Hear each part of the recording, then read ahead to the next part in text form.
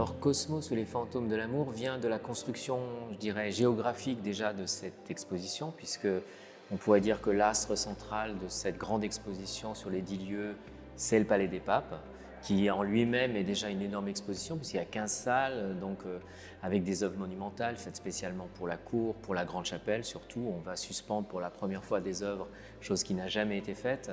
Donc c'est vraiment un vrai challenge technique.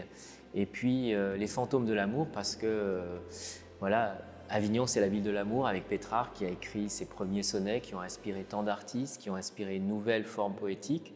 Et donc moi j'ai construit cette exposition comme une série de sonnets où on va aller d'un musée à l'autre, chaque sonnet ou chaque exposition renforçant le sentiment de cet amour qu'on peut avoir. Alors aussi bien l'amour, les fantômes de l'amour, ça peut être l'amour perdu comme Pétrarque, ou l'amour qui vous obsède, ou l'amour des premières œuvres d'art. Par exemple, la collection Lambert, ça va être, je vais dévoiler mes premiers amours pour l'art contemporain.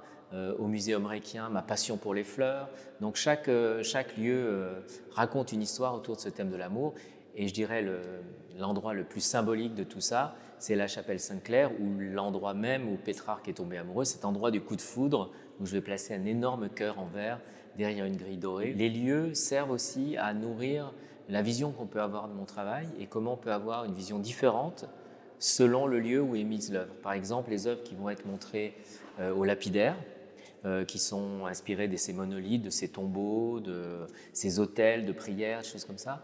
On va revoir les mêmes œuvres à la collection Lambert, mais liées à l'art minimal, au minimalisme, à cette forme d'art américain très pur et dur qui était vraiment mes premiers amours en art, puisque j'ai découvert ça quand j'étais très jeune.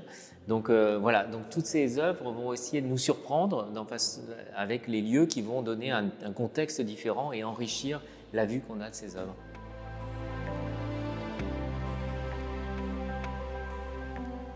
Les 10 lieux en Avignon, ça a été très difficile de choisir parce que Avignon est une ville-musée avec des bâtiments formidables. Je dirais la rue déjà est belle, donc on pourrait se dire que j'aurais pu mettre que des œuvres dans la rue, mais finalement il y aura une grande œuvre sur la place du Palais qui va être offerte à toutes.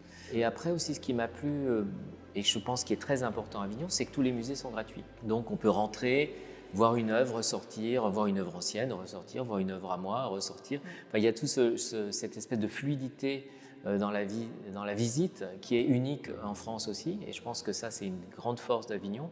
Et donc c'est surtout ces musées-là qui m'ont beaucoup touché parce que je me suis dit voilà, c'est une exposition généreuse offerte à tous où on peut rentrer ne serait-ce qu'un instant pour être face à une œuvre d'art. Et je crois que c'est peut-être la seule contrainte qu'on m'ait imposée ici, c'était justement arriver à créer une dynamique, un parcours où on ait envie d'aller d'un lieu à l'autre.